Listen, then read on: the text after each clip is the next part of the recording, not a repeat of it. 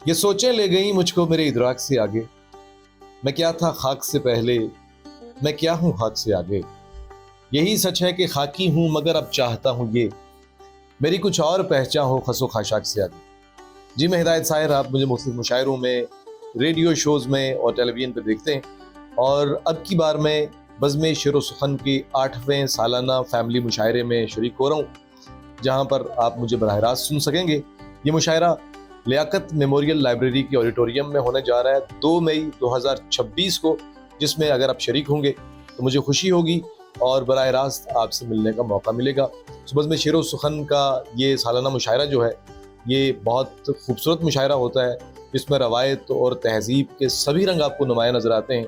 सो मैं आप सबको ये कहना चाहूँगा कि आप इस मुशायरे में शरीक हों और इसे 4 चाँद लगाएँ।